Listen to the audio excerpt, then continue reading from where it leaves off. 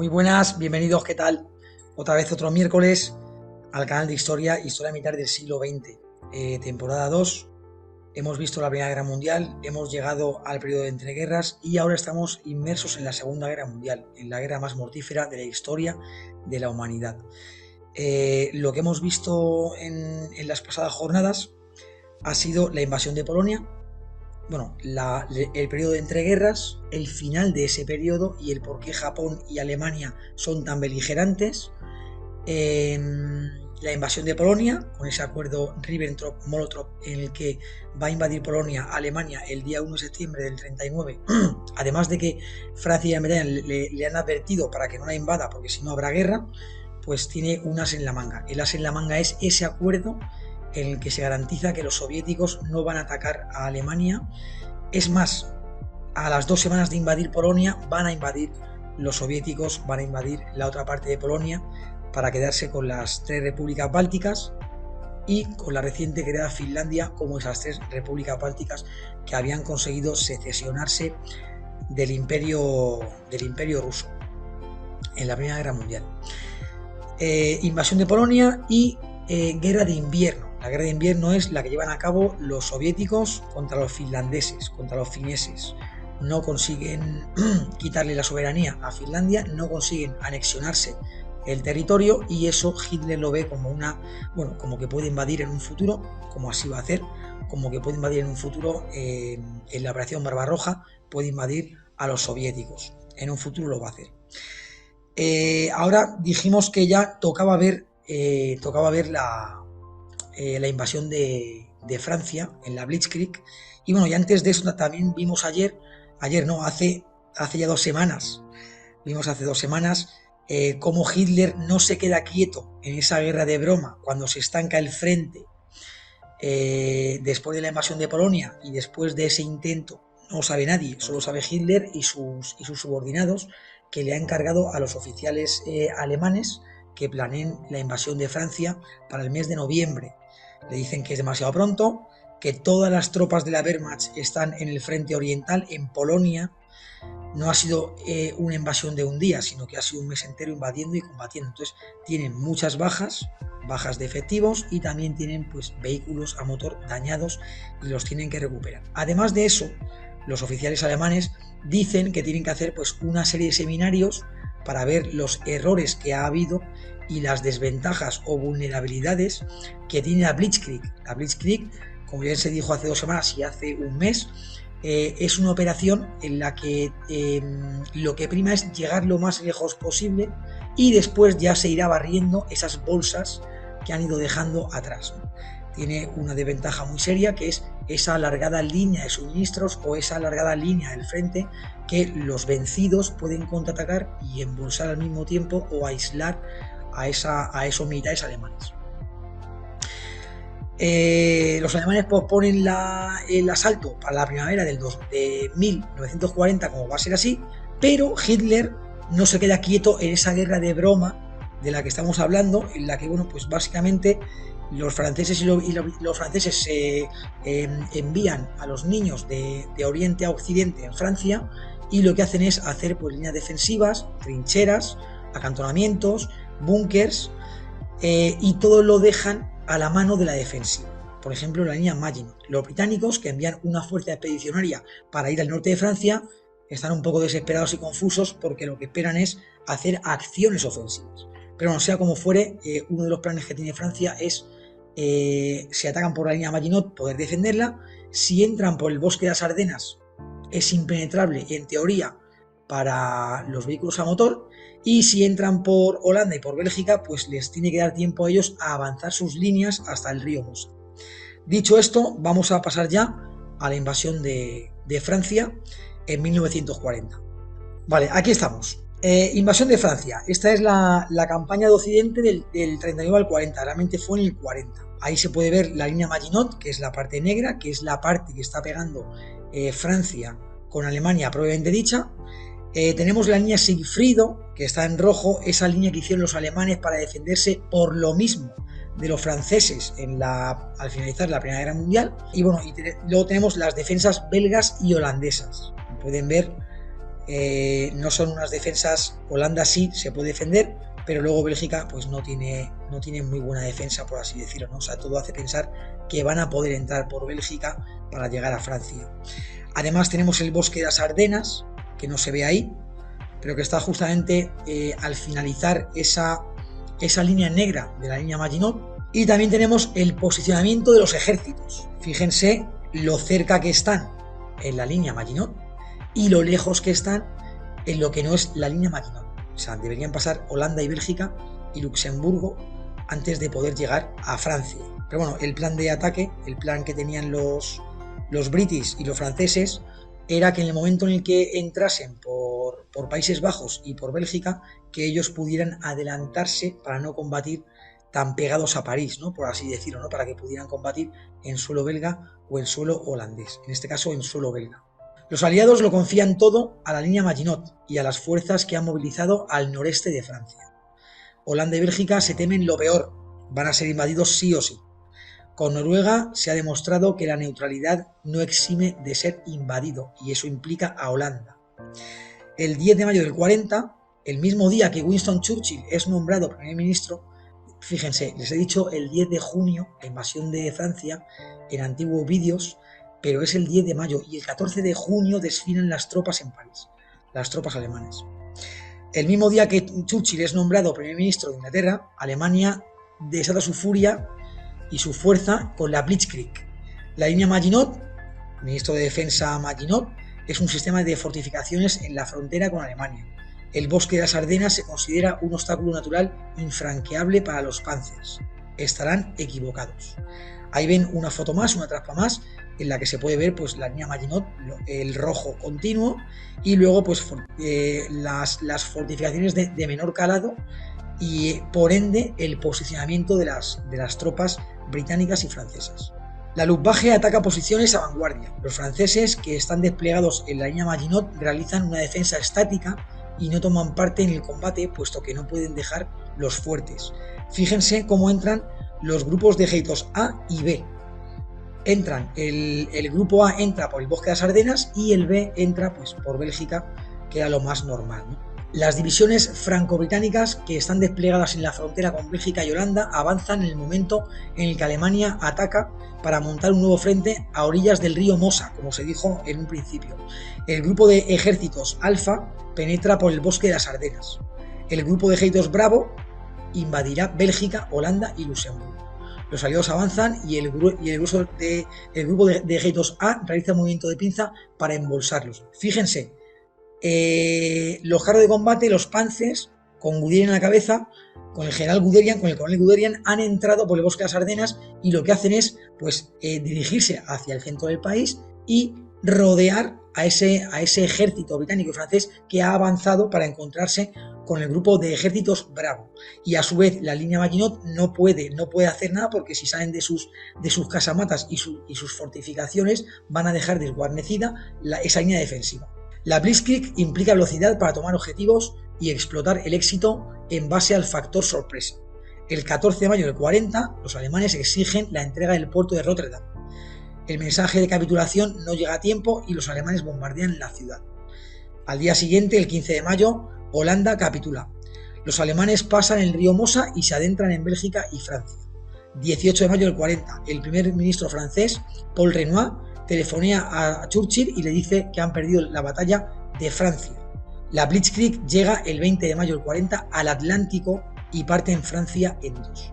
Fíjense en la foto de arriba, en la que están embolsando a las tropas francesas, holandesas, británicas y belgas, y la van a empujar hacia los puertos y hacia el mar. Y a su vez, bueno, pues la línea Maginot no puede hacer nada para socorrerles. Es un movimiento de pinza buenísimo.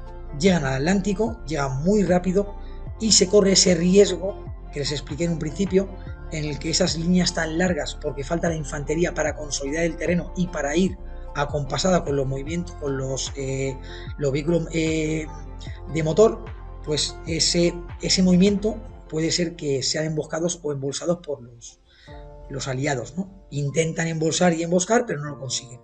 Ahora se verá si los alemanes pueden sostener ese pequeño pasillo hasta que llegue la infantería.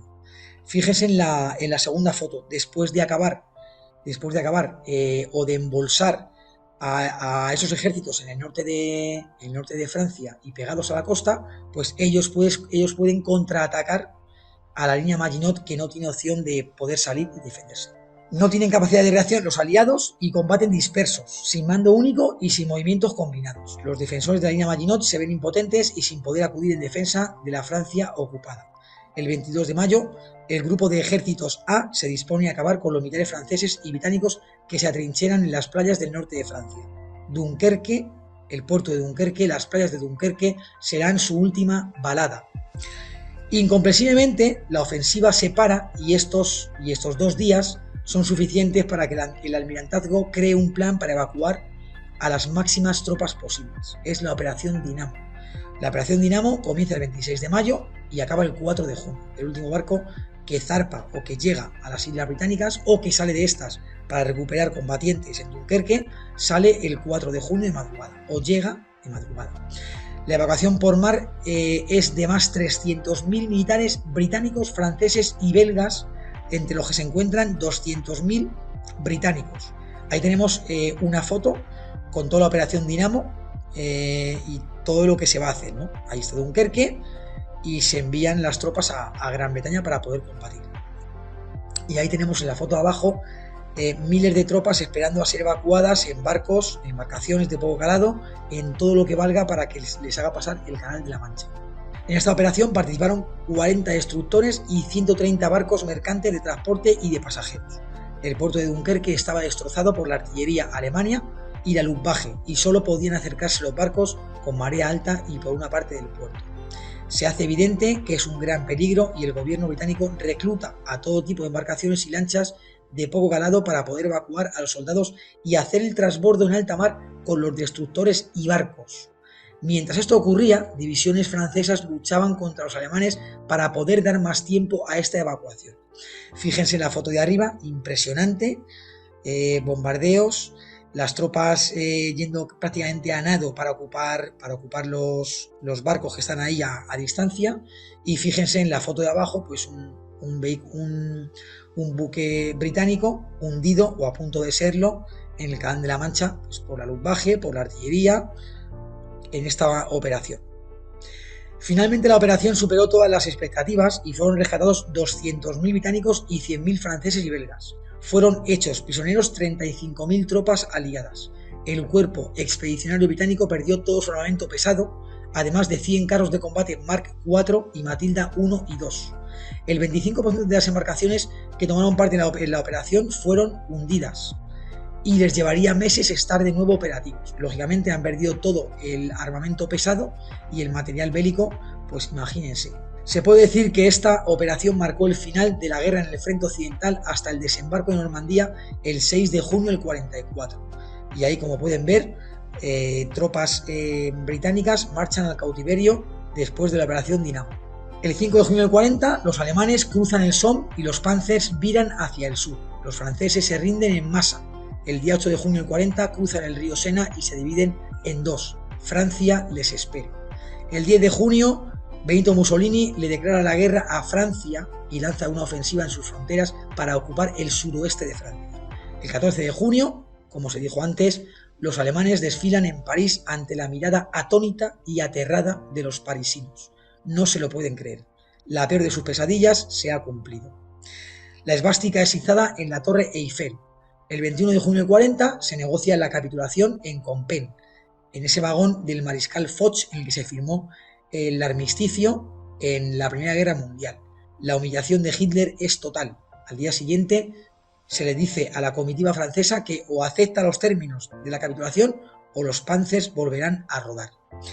El 25 de junio, Paul Reynaud dimite como primer ministro y le sucede el mariscal Philippe Pétain, el héroe de Verdún, el héroe de la Primera Guerra Mundial. Ahora va a colaborar con Alemania en la Francia libre. Ahí tenemos una foto del mariscal Pétain, héroe de la Primera Guerra Mundial y villano y defenestrado por Francia en la Segunda Guerra Mundial.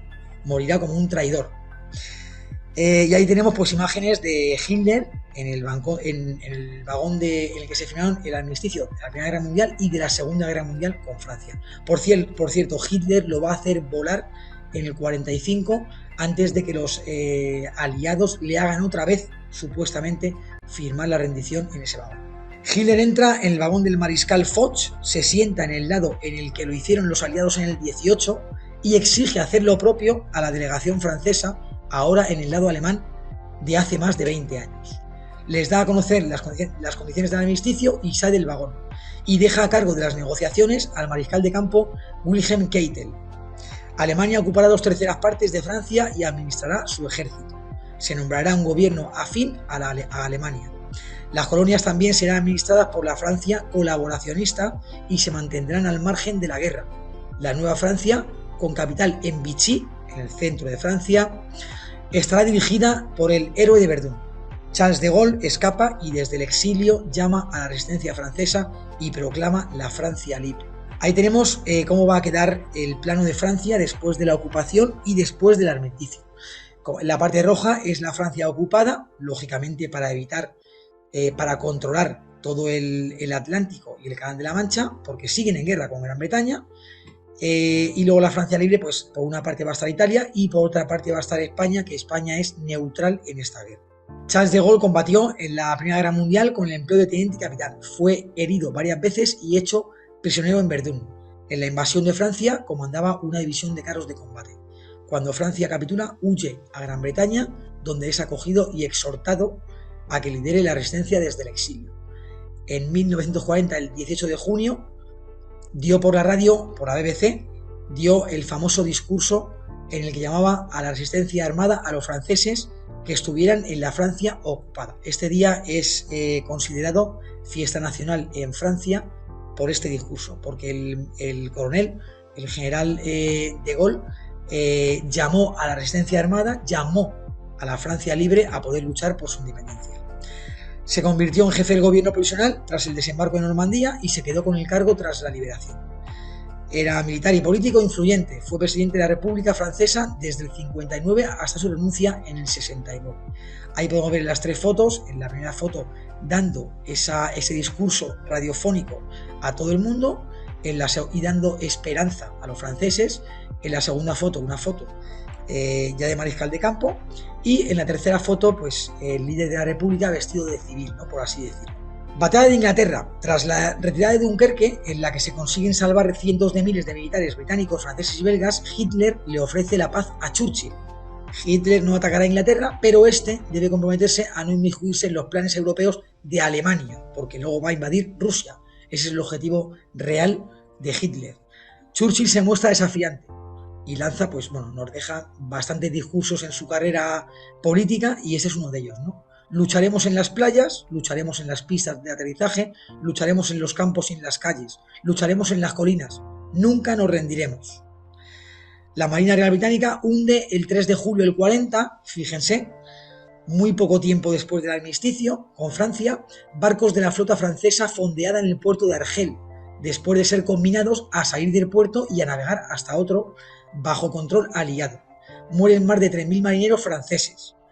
Hay una gran controversia entre Francia y Gran Bretaña, pero lo tiene claro Gran Bretaña, lo tiene muy claro. Está más que segura de seguir con la guerra contra los nazis, aunque en este momento están solos, absolutamente solos. Canadá, Australia, Nueva Zelanda y todos los territorios del vasto imperio británico declaran la guerra a Alemania. El rey Jorge VI está con Churchill. Ante la falta de armamento pesado y carros de combate, abandonados en las playas francesas, a Inglaterra no le queda otra que preparar la isla para la defensa. Se construyen fosas antitanques, defensas costeras, obstáculos en forma de pinchos en las áreas abiertas susceptibles de lanzamientos paracaidistas alemanes.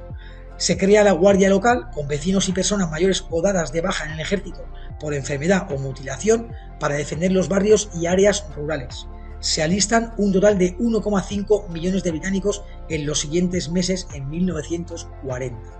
Ahí tenemos una foto llegando pues de Dunkerque a las tropas a la isla de Gran Bretaña, y tenemos otra foto con la V de Victoria que siempre hacía Churchill con las manos, ¿no?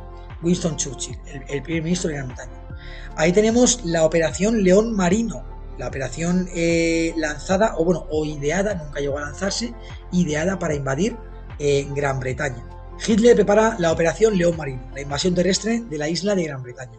La Luftwaffe es más poderosa que la RAF en estos momentos, pero la Marina Real Británica es tremendamente superior a la alemana. Esto hace que le hace a Hitler posponer la operación León Marino hasta que no se tenga el control total del Canal de la Mancha. ¿Cómo se va a tener el control total del Canal de la Mancha? Pues lanzando ataques con la Luftwaffe masivos a los convoyes y buques que están por el canal, que son británicos, y además adelantando más la operación y bombardeando pues las zonas, las fábricas del sur de Inglaterra, las zonas de radares, etc. Comienza la batalla de Inglaterra el día 10 de julio del 40. Fíjense, no ha dado casi tiempo a digerir la victoria sobre Francia y ya estamos combatiendo en Inglaterra. Como ven, Hitler no pierde el tiempo y la Blitzkrieg le da pie a eso. Bombardeos selectivos a fábricas, industrias y puertos militares británicos. Los británicos están trabajando y desarrollando el radar en las costas surorientales en la isla. Ahí tenemos, pues imagínense, ¿no? En la fase 1 se va a bombardear solamente las zonas costeras con radares, y en la fase 2 se va ya a adentrar y se van a bombardear las fábricas, la industria y las ciudades. En primer lugar, la Luftwaffe ataca convoyes en el Canal de la Mancha y estaciones de radar en la costa. En una segunda fase de la operación, el objetivo es destruir el mando de caza de las RAF, acabando con sus aeronaves en tierra y en el aire. Y en tercera instancia, bombardeos masivos contra Londres y otras ciudades importantes para destruir cualquier tipo de atisbo de industria o fábrica, así como minar la moral de la población, que clamaría por negociar la paz. De día los cazas atormentan los cielos y de noche los bombardeos machacan las ciudades. Ahí tenemos una imagen de Londres siendo bombardeada. Y ahí tenemos otra imagen de al día siguiente por la mañana, cuando dejan de sonar las sirenas y salen de sus búnkeres o del metro, salen los londinenses y pueden ver el impacto de la batalla. Ahí tenemos 4 fotos, en una de ellas cómo se lanzan los cazas y torpederos y bombarderos contra una de las ciudades. En la segunda foto, pues corriendo a ocupar los aviones, porque ha sonado las alarmas de que vienen aviones a atacar la isla. En la tercera foto, abajo a la izquierda, cómo los londinenses se refugian en el metro y al día siguiente van a trabajar como si nada. Ahí comienza la victoria. Y pues en la cuarta foto, aviones otra vez alemanes yéndose pues a bombardear radares, ciudades, fábricas británicas. La RAF consigue revertir la situación. Parece que el Imperio Británico tiene recursos materiales e inhumanos infinitos. Ya está pasando lo que pasaba con la Primera Guerra Mundial, que el Imperio Británico podía conseguir recursos humanos y materiales de los confines de su imperio, y sin embargo Alemania, con ese Lebensraum, ese espacio vital que aún no tiene, pues no consigue ese vasto imperio y ese vasto terreno y esos recursos humanos y materiales. Con la puesta a punto del radar, en la que el jefe de la Luftwaffe, Hermann Göring, antiguo piloto de la Gran Guerra, infravalora, los británicos pueden predecir la dirección, la velocidad, el número de aparatos y el tiempo estimado de estos en llegar al espacio aéreo británico, y pueden lanzar escuadrillas de aviones de combate a su encuentro. Reducen el factor sorpresa, que es lo más importante, la Blitzkrieg, y los alemanes tienen que dar por concluida la operación León Marino antes de comenzarla. Ni siquiera se pueden plantear invadir la isla. Los cazas Spitfire y los cazabombarderos Hurricane se las vieron con los cazas alemanes Messerschmitt Bf-109 y Heinkel HE-112 y bombarderos HE-111. Tenemos por este orden el Spitfire arriba, el segundo es el Hurricane y el tercero es el Messerschmitt Bf-109, y luego tenemos ahí a la derecha tenemos un Heinkel 112. La foto anterior, la foto de arriba, era un Heinkel 111, para que lo sepan. Hitler da por finalizada la Blitz el 10 de mayo del 41, sabiendo que no podrá invadir ni rendir a Inglaterra. En la batalla murieron 50.000 civiles en ese año de bombardeos masivos y diarios a las ciudades y fábricas de Gran Bretaña. Además, los polacos y checoslovacos acuden como pilotos, y además de otros pilotos que acuden de los confines del Imperio Británico. Churchill da otro discurso para la eternidad. Nunca tantos debieron tanto a tan pocos, y se refiere a los pilotos de la RAF. Durante ese tiempo, Churchill intenta convencer al presidente de Estados Unidos para que entre en la guerra. Roosevelt que no es ingenuo y sabe que en un futuro tendrá que inmiscuirse en el conflicto europeo, conciencia a su pueblo. Estados Unidos en ese momento es abiertamente pacifista y no quiere ni oír ni hablar de la guerra. En el 40, Roosevelt, demócrata, derrota al aislacionista Wendell Willkie, republicano, y esto le da a entender que la sociedad está preparada para asumir una nueva guerra mundial. En el 41, en el mes de enero, firma el acta de préstamo y arriendo en la que financiará con material bélico a Gran Bretaña y China en su lucha con los alemanes y nipones respectivamente. Además, sus barcos transportarán este material a sus beneficiarios. La Marina de Estados Unidos los escoltará. Y Hitler da la orden de que ningún barco de Estados Unidos sea atacado o hundido, pero lógicamente no siempre se va a cumplir. Y además sabiendo que transportan material bélico para los enemigos, por así decirlo. No quiere que entre en la guerra, Hitler no quiere que entre en la guerra, pero a su modo de ver está haciendo méritos, efectivamente. Además, Churchill tiene un as en la manga. Desde hace meses, un grupo de científicos, matemáticos y expertos en álgebra trabajan en el descifrado de la máquina Enigma. Es una máquina de 3 rotores diseñada para cifrar y descifrar mensajes enviados en código Morse y la usa tanto la Armada como la Luftwaffe como la Wehrmacht alemana. Esta máquina de códigos hacía que en un solo mensaje hubiera 150 millones de formas diferentes de descifrarlo, por lo cual era casi indescifrable, ¿no? Esto hace que los alemanes se confíen totalmente en su uso militar. En el 41, a mediados, los británicos pudieron descifrar los códigos, pero la RAF tuvo que minimizar las victorias para que los alemanes no sospechasen. Ahí tenemos arriba la máquina Enigma, ahí tenemos en el medio un manual de la máquina Enigma que es encontrado por los polacos, y abajo tenemos pues esa máquina que se crea para intentar descifrar la máquina Enigma. Se estima que la interceptación de los mensajes con la máquina Enigma adelantó el final de la guerra 2 años. Tras finalizar la guerra se prohibió hacer ningún tipo de declaración a los que habían trabajado durante años en la mansión de Bletchley Park, que está abajo, como pueden ver, a 80 kilómetros de Londres, y de algún modo se les privó de la gloria. Fue revelada su existencia en los 60, cuando todo había terminado y la amenaza no estaba en Alemania, sino estaba en Rusia, en la URSS. El trabajo que habían comenzado los polacos, Marian Rejewski, en los 30 lo finalizaron los British con el equipo de Alan Turing en el 42 con total efectividad. Ahí vemos en la foto de arriba al mariscal de campo Guderian, y está pues con una máquina Enigma, ¿no? Y la foto de abajo, como les dije antes, es el lugar en el que se concentraban esos científicos, matemáticos y expertos en álgebra para poder descifrar el código Enigma. Mientras los meses pasan y Churchill confía en que la guerra implique a más potencias, decide crear un grupo de fuerzas especiales para cometer actos de sabotaje, secuestros, atentados y hostigamientos en las zonas de influencia nazi. Además, financia a grupos de partisanos y miembros de la resistencia en los países ocupados. Se atacan playas y puertos en Europa. Los comandos están inspirados en los Boers, que lucharon a finales del siglo XIX en Sudáfrica contra los holandeses. La carta de presentación al mundo será en las islas Lofoten, en Noruega. Los comandos vuelan fábricas alemanas y de elaboración de explosivos y otros materiales bélicos. Se traen de vuelta a las islas británicas a colaboradores y dirigentes nazis. Lo más importante es que se hacen con un juego de rotores de la máquina Enigma, a la que tiran por la borda antes de ser apresada de la embarcación, pero no logran hacer lo propio con los recambios. Irá directamente a Bletchley Park. La operación Claymore, 4 de marzo del 41, marcará el inicio del PSOE y del posterior SAS, que operará en el norte de África. La operación es un éxito rotundo, puesto que no hay una sola baja aliada y se destruyen toneladas de aceite, petróleo y glicerina. Esto es lo más que Gran Bretaña puede hacer en el primer semestre del 41, mientras busca aliados o se rearma contra la Alemania hegemónica en Europa. Hitler va a romper la balanza con la invasión de la URSS el 22 de junio del 41. Bueno, ahí pueden ver las islas, ahí pueden ver la península escandinava, y ahí pueden ver pues las islas Lofoten.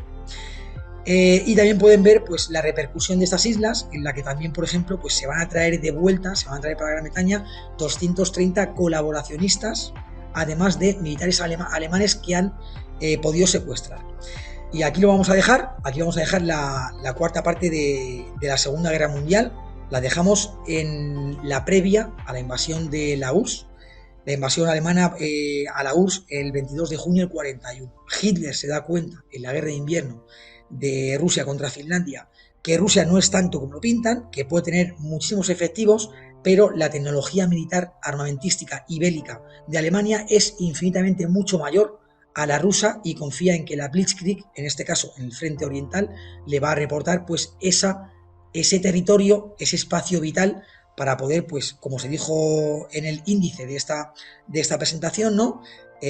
Campos de cultivo, materias primas, mano de obra forzada, más adeptos a la causa y además, no lo olvidemos, el objetivo de Hitler es expulsar, porque de hecho lo dice en el Mein Kampf, en su libro, expulsar a los pueblos eslavos a Asia, que es donde tienen que estar, y dejar a los europeos en Europa.